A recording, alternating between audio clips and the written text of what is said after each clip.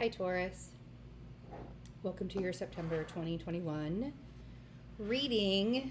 If you would like to get the extended, all of the information is in the description box. You can become a member, a member of the channel by clicking join, or you can go to Vimeo and get the extended there, or you can get the whole package of all the videos, including the weekly energy updates for the month of September.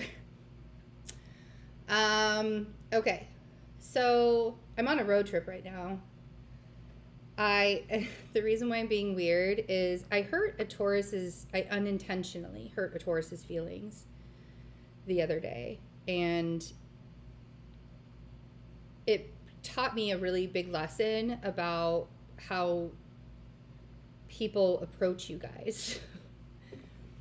And specifically, how people approach you not recognizing just how strong you actually are. I didn't give this Taurus enough credit. Hopefully he's watching and he understands that I see and I realize what I did. But yeah, so that's what I want to talk about. I was in Utah yesterday morning. So I went through 3 different states yesterday. Went through Utah and Idaho, and I'm now in Oregon.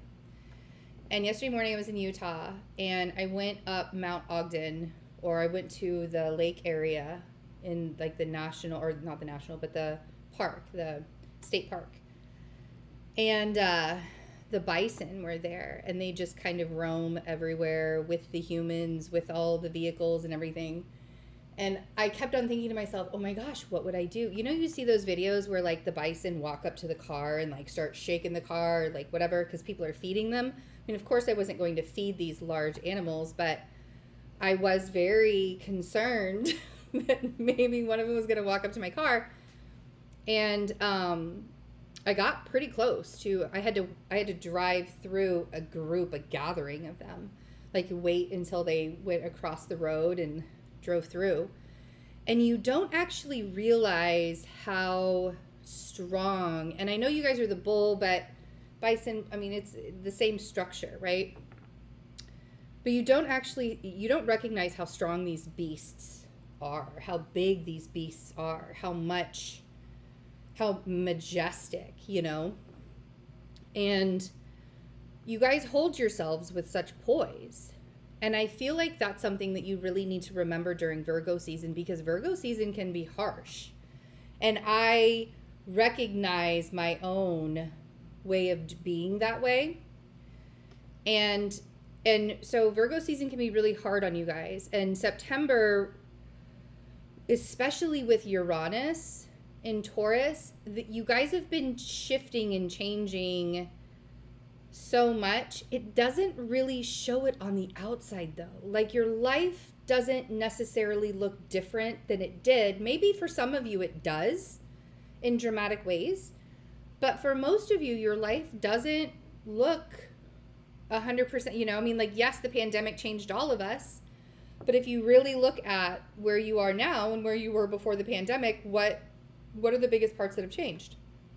And if there are some really big parts that have changed for you, the way that you stood so majestically through that, and really you've allowed yourself to pivot through all of the difficult times. And I don't feel like you guys get enough credit for that. I feel like people sort of look past that type of loyalty and say, oh, you guys will never change, you'll never shift. And what they don't really necessarily see what you're doing is the loyalty. You want to make sure that the people that you love and care about are taken care of. You do that to a fault sometimes, though. You do that to your own detriment sometimes. And I think that it's time for you to start looking at some of the choices that you've made, because, I mean, I'm going to be honest with you guys, and I'm not here to hurt your feelings. I am here because I am a friend, right? Here, let's do this so you can kind of see where the cards are. I want to see you guys be the best that you can be. And that's all that Virgo season really asks of any of us. maybe not in such a nice way. Maybe Virgos could be a little bit nicer than we are sometimes, but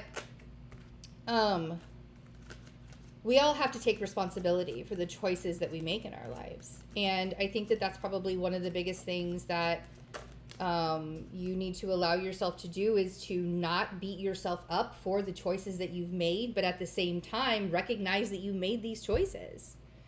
And when you make these choices, you have to deal with the consequences of them. And if that means that you are in the same place that you've been in the past, or you're recognizing and seeing that you're in a very similar place as you were in the past, and you don't want to do that anymore, you have to make that choice for yourself. And you can't lie to yourself and complain about where your life is and then not doing anything about it. That's not helpful to you. Do you see? So here, first card that came out was the Strength card.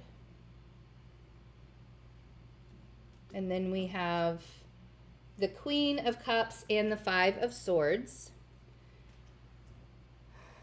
I feel like there's either the Queen of Cups feels very guilty about something, or you feel very guilty about something. But recently, you've really recognized a part of yourself. And this Queen of Cups could actually be a Leo also. But you've recently recognized this part of yourself that is much stronger than you. There's this resilience that you didn't really know that you had, or you didn't understand that you had, or you didn't recognize that you had this kind of resilience. The Five of Swords, this Queen of Cups could also be coming from you. You could be extremely intuitive right now, maybe a little bit extra emotional than you normally are, but very, very intuitive. Here's the thing, though. We have the Five of Swords and the Five of Pentacles. Sorry for the glare. There we go. And the Five of Swords and the Five of Pentacles is a lack mentality. And the Five of Swords is telling yourself that you're in lack in some way.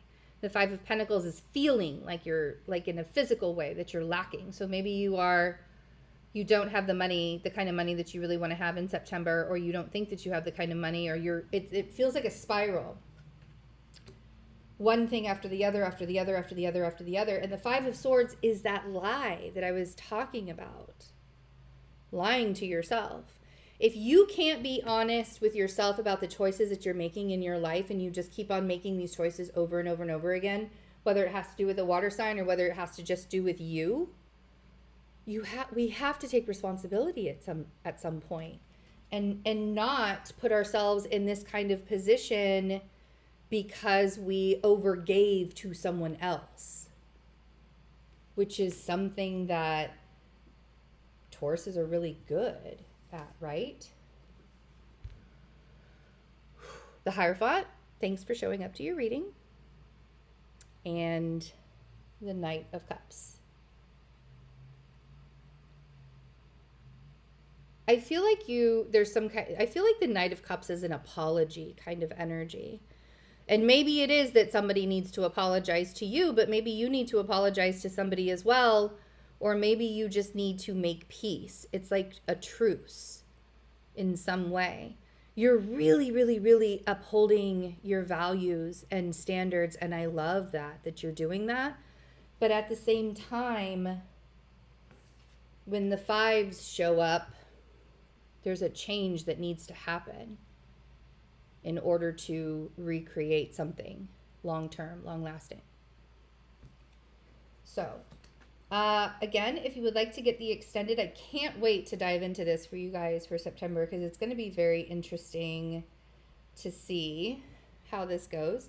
If you'd like to support my healing and the treatments that I'm going through, the Love Soul Summer stuff, we have 3 days left. The Love Soul Summer stuff, it's all $29, a water bottle. There's a really cute tote and the tank top.